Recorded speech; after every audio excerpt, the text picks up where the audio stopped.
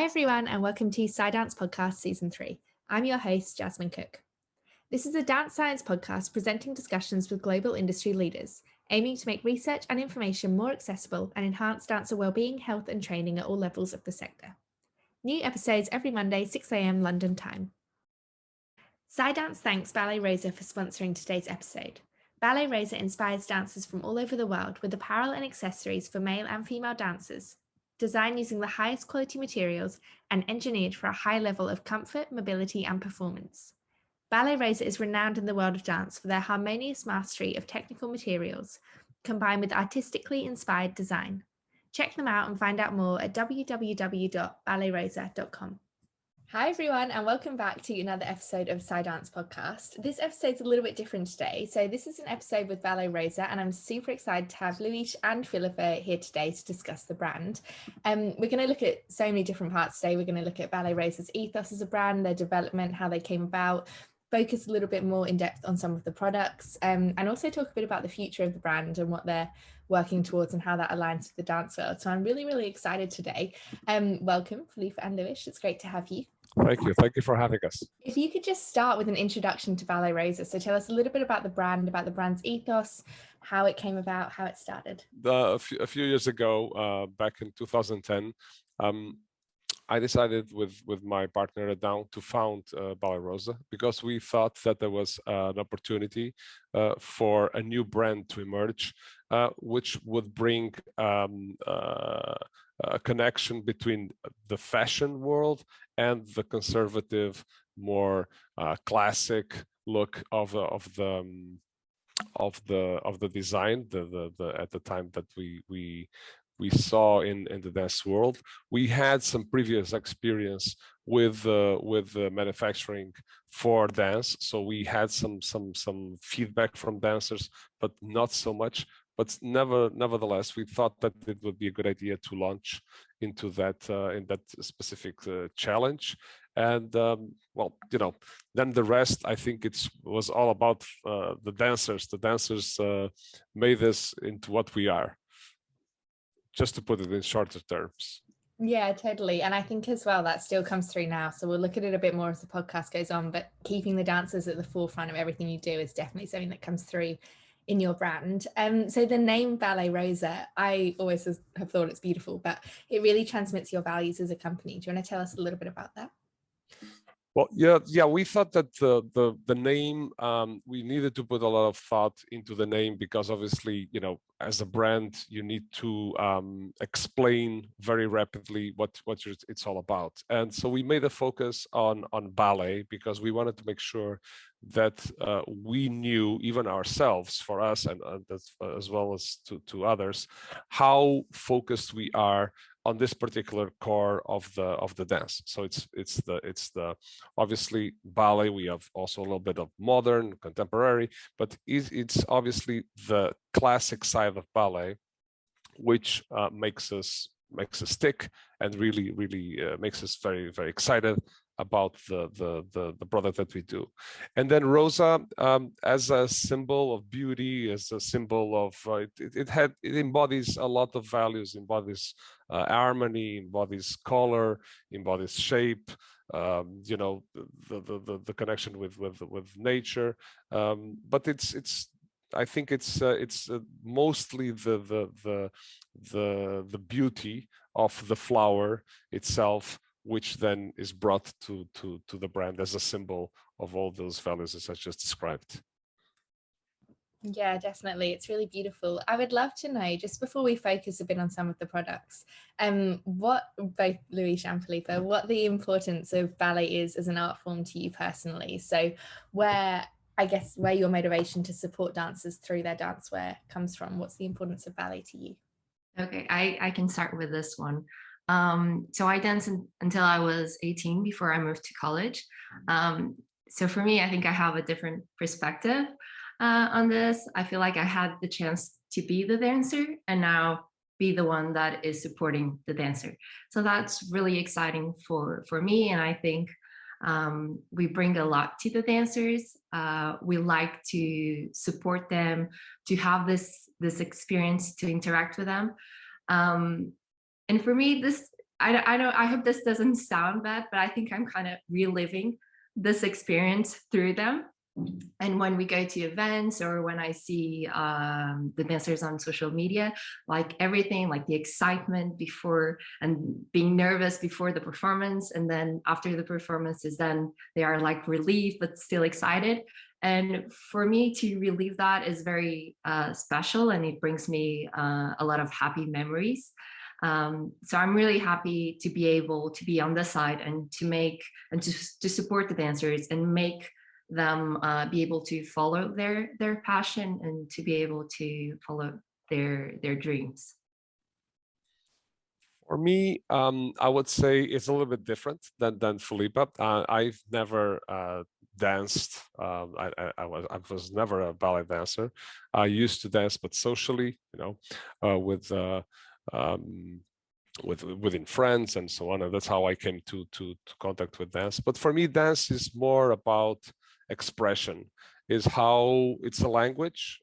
I think that dancers have their own particular need to come across to a different level, and that expression, the way that they communicate is with their bodies, with and obviously the attires, the product that they wear is a part of that communication, of that language, and our intention is to be a part of that, to be near to the dancer and help the male or the female dancer to express better and to feel better while expressing better. So if you feel good, you're gonna dance good. Basically, it sums up the idea of dance for me.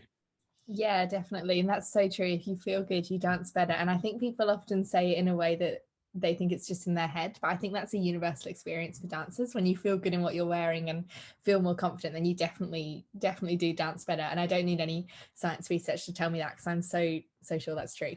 I'm not sure if that's your answer to the next question as well, but what aspect to you is most important in supporting the dancers? So is it just helping them to feel good? And if that is, then how do you do that? How does the magic happen? Well, I'm afraid that there's not a lot of magic involved. I would say that being with the dancer involves time, involves just spending time with the dancer, and in a humble way, to listen to all the critics, to the criticisms, to the feedback, whether being positive or negative, and to try to include that into what we do. Because this is a synergy. It's obviously a combination of both the dancing, the dancer, and us as the ones that create something out of a piece of cloth. So it has to be this basically this exercise, this continuous exercise of listening to the dancer, coming back to the dancer and showing what we have, seeing again if he or she likes it, and then moving forward. So I think it's just this constant circle of innovation and this culture of quality and dedication towards the dancers that I think that makes it work. Yeah, totally. What about you, Felipe? What would you say? I obviously agree what Luis said, and I think, of course, we support, but as my experience, I think it's special to be able to be a part of the experience of the dancer. For example, from what I think of when I dance, I remember the teachers I had, I remember the companies I visited, the pointe shoes I wore, the leotards. So to be able to be a part of the experience and the memories of these dancers, that just makes it everything more special. And to be able to support, as I think I already mentioned this, but to be able to support their dream and their passion and this art, I think that's what we always try to do. Yeah, definitely. And it's also honest and genuine, which is what I love about Ballet Rosa as a company. So I'd love to look a little bit more in depth at some of the products now and focus on the different kind of ranges and catalogs that you have. So could you talk to me a little bit? Obviously, there are so many different techniques. It's so much more complex than what we probably see in the end products, so many different workmanships that create these beautiful and unique products. Tell us about your sort of 3 key catalogs, I guess, their purposes, their inspirations, what are the differences? What's the design idea behind each of them? Okay, well, I hope we have enough time for this. I think I will start with the most significant catalog for us, which is the men catalog. And the reason why it is significant is because it just didn't exist. There was nothing for the male dancer. There was obviously products for the male dancers. All the brands cater to the male dancer with some basics, but none of them with fashion or with a comprehensive look at the entire aspect or the different angles of the dancer as a whole.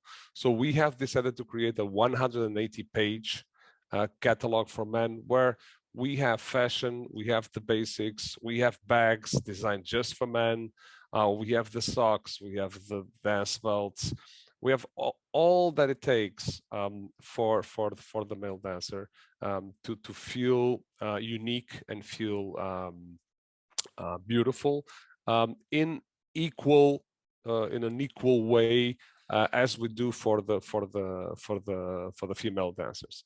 So I think that is really, for me, I would single out this particular catalog because it embodies the rest of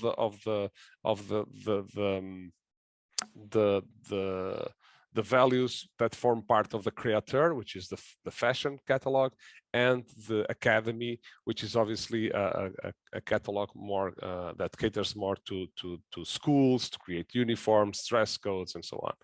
So both of these catalogs, despite having different concerns, focus on quality. Number one is quality, being fit for purpose, having a lot of options of color. On the case of the uniform, the Academy line, we can customize the product.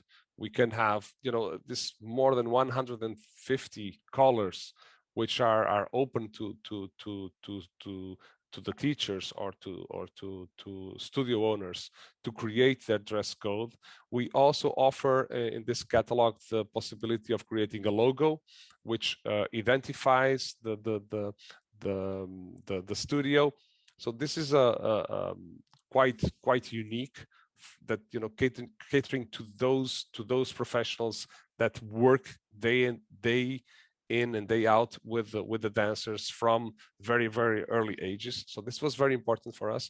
And finally, the Createur, which really is a pinnacle of all this put together, which is having function, having design, having quality, having beauty, integrity, dedication, passion, hard work, all put together into creating a very complex, very sophisticated product with different techniques, with different workmanships, different artistry, exclusive designs. Everything is created by us. The colors are in some of the cases we even dye our own colors. We purchase the material in Grage. We then even dye the product. So make it sure that it's super special and very edgy to create that aura that the dancer needs to obviously express themselves better. Yeah, definitely. And I would say that's the one that people think of when they think of Ballet Rosa. That's the kind of most iconic collection from my experience. And definitely from my experience as well, when you say about the quality, that's so true through all of your products. It's just like immaculately made. There's never ever a question about the quality, which I think is what makes it so consistently great. I think it would be really interesting to talk about the design process. So who designs your leotards at the very beginning? What's the process from this like initial idea to the final retail product that we see? Okay, so the initial, I was the designer. I'm not using, I'm using past tense on purpose because I don't design right now the brand. Right now we have we have increased our team. We have one designer full-time that works with us and obviously has you know, a very unique way of looking at this, and I work very closely with her. Her name is Jacqueline. I love to work with her. She has been working very hard into bringing even more depth and more structure to the design. But it was I at first, on the first at least 6 years of the brand, which I exclusively designed all the products. The process is a bit chaotic, let's put it this way. It's never, because I was never a designer per se, so I was never built with the tools or the methods which I'm sure most designers do. So I was brought into that fray, if you prefer. So I was battling with all these things, and I needed to lean on something to answer the needs that we needed to have to bring this collection forward. And for me, it was all about art. It had a lot to do about visiting museums, you know, attending functions, attending you know, operas or ballets, and really going very deep into the classics, the romanticism, the Renaissance. So all these things, all these values, I tried to use them as nurture to these collections. So I would say that would be the process. The process was like getting into those values, and then obviously translating them into beautiful designs. In my perspective, obviously, again, working very closely with dancers all the time to then have the final product built in. Yeah, definitely. And what's the most important thing to consider when making a leotard then, would you say? Like, what's the most kind of key stage in the design process? I would say that it's the material. I would say the material. The material is by far the biggest challenge. Once you get the right material and the right cut, I would put the cut also a little bit slightly on the same level. They are crucial to have a good performance. These are products that are heavily worn, so they are subject to intense pressure, intense strength, to obviously you know, all different kinds of tests. So the material needs to be fit for purpose. It needs to be very stretchy. It needs to have it needs to come back to its original shape very fast. So the fine yarns, strong lycras, nice touch, nice hand feel, are obviously the first concerns that we do have for this. Like, for instance, the laces. We use laces which use yarns which are tested for wearability, that are very good against the skin. They don't scratch. They are durable. So, you know, on those particular materials, it's very important to find the right material. Yeah, definitely. So an aspect that really shines through undoubtedly throughout the whole time when you speak, and when we spoke last time, and even just from looking at the catalogues, is the commitment, the connection and the communication with the dancers that you're designing for. And I know maybe Filipa, you might want to mention this one. So really valuing their voice and their feedback in the process and in the development of the brand. How do you foster that connection with them? Okay, so in this case, I think we have different circumstances that we have that opportunity to receive feedback from dancers. One of them is that when we are designing the new collection, we want to go to schools and to talk to dancers and see what they think of the leotards. And we kind of do a fitting. They give us their feedback. They can give us ideas. And I think that's a very important stage of the designing process. I'm not in the design team, but I really admire our effort to reach out to the dancers and the help of the dancers. That is crucial for this process. And then we also have this opportunity to be at different events, competitions, where we can really interact with the dancers and get their feedback on our products. Ballet Rosa only sells through retail stores. So to get this opportunity to be with the dancers and to see what they think of our products is really special, and it really helps us to think of other products, to redesign what we think. So I think those two moments are very important for the whole process. I would add, Filipa, I mean, you're selling yourself a bit too short there. I would add, so Filipa is always very modest, but we have, Filipa has created a couple of programs which make it easier for the dancers to communicate with us. One of them is the ambassador program, the soloists, which relate very deeply to the brand. So it's dancers which are highly motivated. They actually come back to us. They test the product very heavily. Obviously, they look at it in a benevolent way, I'm sure, but nonetheless, they are, very, very hard on us. They always try to, make it better and push us to the limit.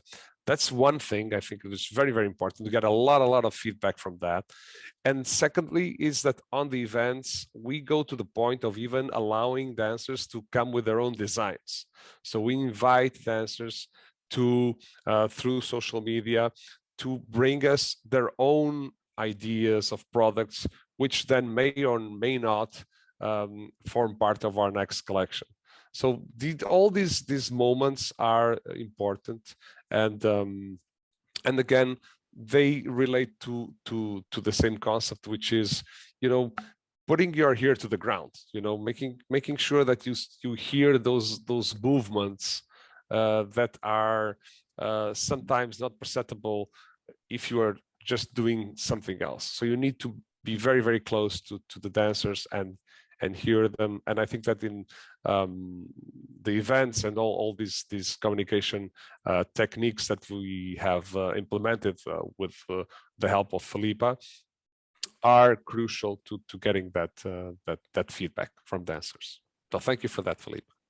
No, it's true. I was thinking of being like with them present, but right now we can do a lot online and through internet. And we like, as Lee was saying, we have ambassador programs, and we like to create these group chats and always communicate with them and say, what do you guys think of this collection? What do you think about this product? And we receive a lot of feedback from them. And I've also received emails from dancers like saying, I love your products, or I really like this, but what if you make it like this? So it's really interesting to see their passion and helping Ballet Rosa and helping us improve.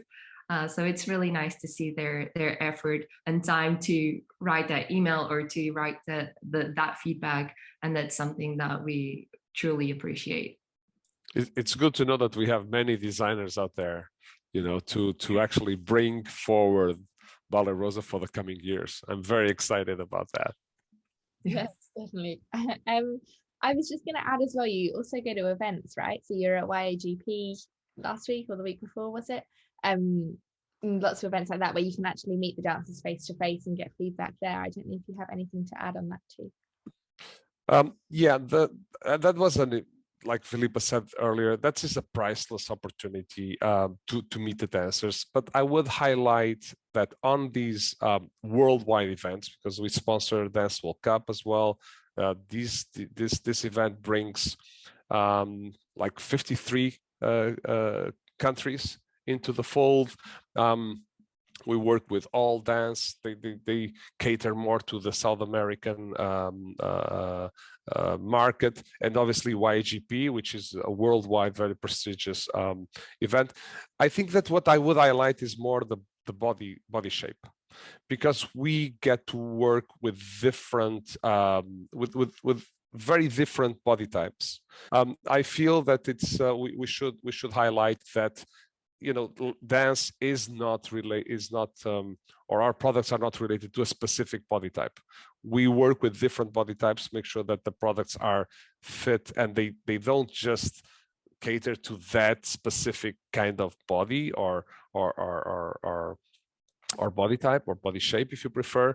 And that is important. For that is important that we fit different dancers from different areas and different body types. I think that's what I would highlight as a very important feature of being in contact with the dancers at this particular events. That makes it very, very easy for us to talk to them, talk to the moms. You know, the moms are very, very important as well, because, you know, dancers sometimes, you know, due to their age or background, they are a little bit shy, but the moms, no, they're very vocal. They will tell you, you know, they will be so, you know, so strong. So we love dance moms, you know, love talking to the moms, love talking to the teachers. So that's very, very important. And but the body type is clearly something which we bring from those events, and we can introduce that into our patterns, into our materials, and that is very, very important as well. Yeah, that's definitely important to consider. I'd love to talk a bit more. So looking at your 3 collections, the most recent development is the male catalogue, as one of Ballet Rosa's more recent endeavors, I guess is the right word. Could you talk to us a bit more about that? Because I think it was really interesting when we spoke last time. I was thinking about how it's possibly one of the only industries in the world where men aren't catered for first. So frequently we find, like in running shoes, for example, it's generally designed on men and then women second. But in the dancewear industry, which I'd never thought about, it tends to be designed for women first and then men second. So tell me about the development of this catalogue and a bit more about it. So the catalog was 3 years in the making. We have, I mean, ever since I started working with dance, it always puzzled me why we would just be focusing on one particular segment of the dance. And then, you know, you have the pas de deux. So, you know, who's this other partner which is there? And it doesn't show. So the lights already are divided because, you know, obviously dance is a very competitive area, if you prefer. But the men, they dress and they show themselves in a very shy way. You know, obviously you have the key features, the principles, and so on, of course. But nonetheless, as a global player in the dance, the man is relegated to second or to third or even insignificant roles in fashion. So we thought that was very, very unfair, and we thought that we had to change that, and we had to be an agent of change. So we decided to create this catalog, and we decided even to name the collections of the catalog from ancient civilizations that were lost. And the whole idea is to bring them again, to relive these, to bring these civilizations back to life, and talk about them and mention them, and you know, make them relevant, because they are relevant. And the other thing, which I think it is like, I think it's a very hidden objective, is to make it interesting and beautiful for men to come into dance, instead of having this vocation that kind of, you know, boils within you, which is fine, but a lot of people need a little bit more than that. They need to feel you know, special. They need to feel that they count. So I think that is really ultimately what we want to say to the male dancer with the catalog is that we care for you. You know, you exist. You are actually there. You play a role. We value you. We appreciate you. So that was at the core of the catalog. Unfortunately, our sales are not very high on this catalog. We knew already that it wasn't. So it's not a financial product. It's more of servicing one of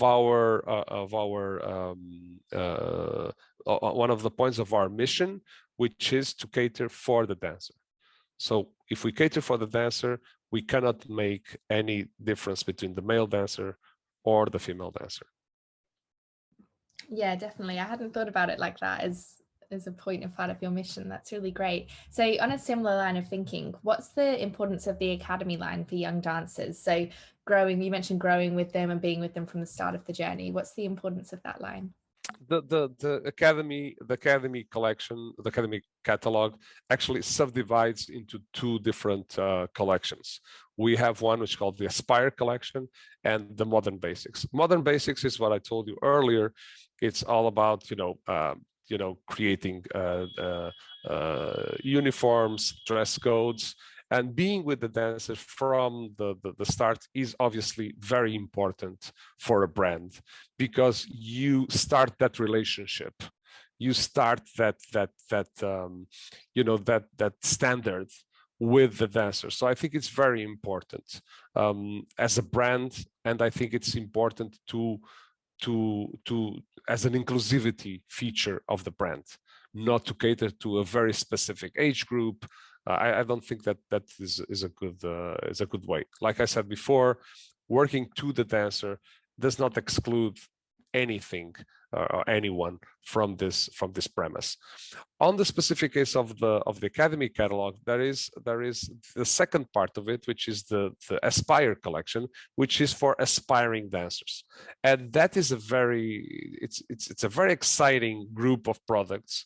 It's basically divided over different leg lines, which create different silhouettes. And they are catering for that more motivated, that more, that aspiring dancer, which, wants to go to different levels. Let's put it this way. I'm not being judgmental here. I'm not saying that there's different kinds of dancers, but obviously there's different perceptions of how you want to look, of how you want to show yourself, portray yourself, again, how you want to express yourself. And the Aspire collection brings 4 different leg lines, which, combining obviously with the technique of the dancer, create longer legs or longer backs, different looks. There's different colors as well, which cater to that particular segment of pre-pros or younger dancers that want to become or to do something completely different, go stronger and deeper on dance. Yeah, I think it's really good. I don't think it's judgmental at all. I think it's really important to recognize that there are different dancers who want different things from their dancewear. And from experience, the leg lines in the Aspire collection are just gorgeous, because it's when you start to, if you want to go, say, to a pre-professional school or move to a more professional career in dance, it's when those things do matter, and it really, really helps. And I think that type of dancer really values that. So it's really important that you consider it. And I think that maybe just, from experience and hearing word of mouth, leg lines are potentially the most kind of important part of a leotard, because that's what you really want to feel is nice and long on your legs, and really, really helps with feeling beautiful in it. So kind of, I guess it links on from the Academy collection with the young dancers, looking at the part of your creator catalogue, which is aimed at teachers, the Bamboo collection. So it's sustainable. And I love as well, not that it's only for teachers, but that it considers that aspect as well of supporting the dancer. And we spoke about how, just like yourselves, there's all the different key players who contribute to a dancer having a career in dance. Can you tell us a little bit about that collection? So the Bamboo collection is basically a tribute to teachers. We decided, again, it's all about looking at detail, we thought about the dancers, we thought about the male dancer, we thought about younger dancers, we thought about the schools, and then finally we end up with the teacher. Again, the teacher is it's a crucial, it's a cornerstone of the growth of each dancer. The quality and the care of these professionals show themselves into the technique and the expression of each dancer, and we needed to have a group of products which would cater to them. So obviously these products need to be sustainable, just like you said. They need to have a great hand feel. So in the particular case of the bamboo, it's very drapey, it's very silky. It's these are cover-ups. These are not products that you would wear if you have like very, very low temperatures, but they are to protect yourself when you are within the studio. So they make you feel good.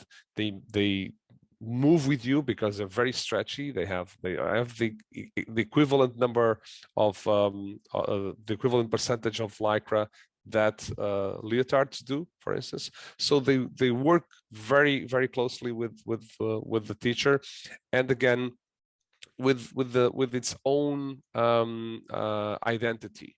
So these are more earthly, I would say, or earthy colors, with taupe, with a gray. Obviously, you have the black.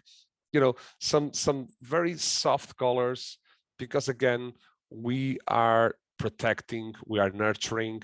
We are not trying to make it flamboyant or incredibly outstanding. We're just wanting to protect and care. So this was at the core of why we use this particular material and shapes. Yeah, I know I'm biased because I'm a teacher, but I just love that you've considered that. That's just my favorite thing, that it's a part of what you do as a brand. Looking into the future of Ballet Rosa, so the direction of the brand, I think sustainability is a big part of it. Tell me a bit about where you see the brand going next in the dance world. So yeah, sustainability is now and for already a long time, it's been something which we have been very attentive of. All our materials have an international certification, the Ocotex standard 100. This is the highest certification available in the market for products which are which don't have the dyes that are harmful to either the environment or to the skin. So it's the same. So that you have an idea, it's the same kind of certification from products that have to be on baby wear. It's the same thing. So it's the same thing. This is exactly the same thing. So all the dye stuffs that are used in our products are sustainable. They are water-based. They do not have, despite the fact that they are reactive dyes, they do not harm the environment. So they're obviously, the impact on the environment is as minimal as possible. And this last year, we decided to introduce 2 new materials. One of them is the Tencel for the Academy line, and also the Sensil for the Creator, which are even they go one notch up, and they are even more sustainable because they are made out of recycled products. So this is something which we decided to introduce in the products. Right now, we are focusing on bringing that concept also to our packaging and also to the paperwork. So we are going to try and go as paperless as possible, so that we obviously save on paper, we save on plastic, or we make these reusable. Let's put it this way. If we decide to use plastic, at least we make it into a beautiful bag, which then you can use to put like your makeup, or to put your shoes, or to put something else. So you can reuse it. And the same happens with the rest of the things that form part of our packaging. So using recycled paper into our paper is also one of the features that we are currently implementing in the company, and trying to do online as much as possible so that we avoid obviously the interchange of paper right now. Let's see where this brings us.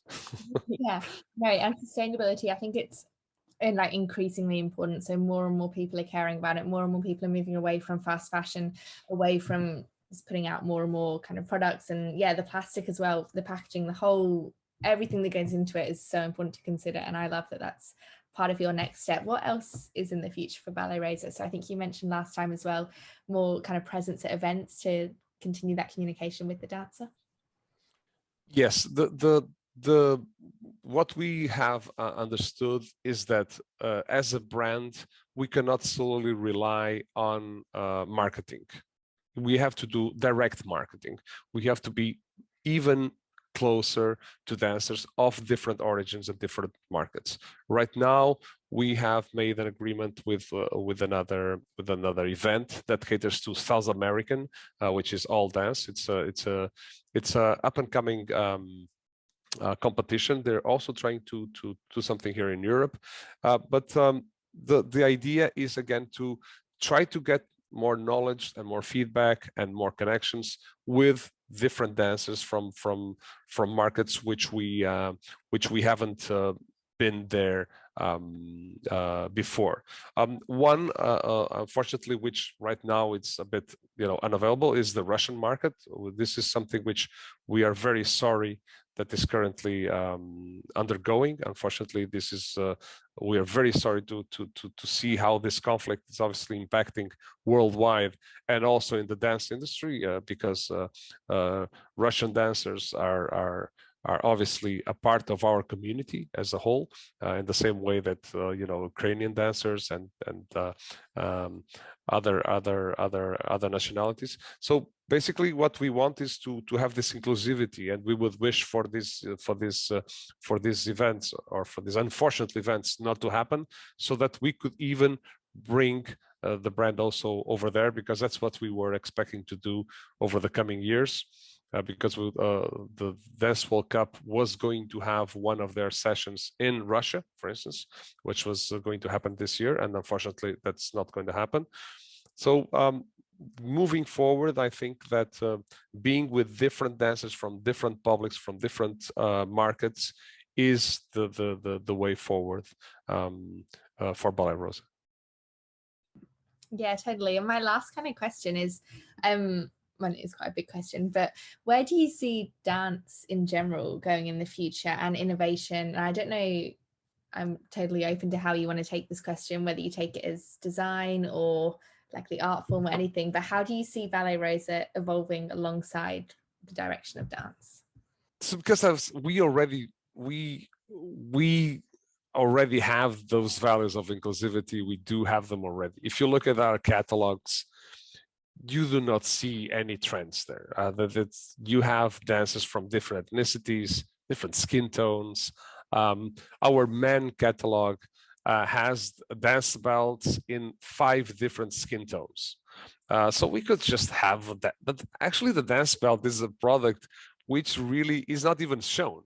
It's underwear, but we went to that particular detail of having different skin tones so that it would look and blend better with each skin tone of each male dancer. So the inclusivity is something which for us it's a given. I think that moving forward with the evolution of dance, I would say that adapting our communication to different body types, I think, would be the next level of this change. And obviously introducing even more inclusivity and diversity into the kind of products and dancers that we use for our communication. Ideally, we would love to have, our ambassadors in all 5 continents, in all the countries, from every single corner of the world. So basically, this would be the ultimate goal, is to have this huge inclusivity. But unfortunately, for the obvious reasons, it's difficult to do that. So what we are doing is that we're cycling back to some markets, then coming back to new markets, having new ambassadors all the time. But I feel that the different body types is something which we need to be a little bit more focused going forward, introducing that into our communication. Because, like I said before, but it's difficult to incorporate that into a communication, because we work with all the dancers, but we only show a few. So how can we make that transition into saying, hey guys, no, it's all about everything. We have you all into the product. We had you all. We know who you are. We work with every, different heights, different girths, different hips, different waists, different, all this. But then we have to choose someone that we portray. So it's more of this. I think this route, this journey, which we need to move more along.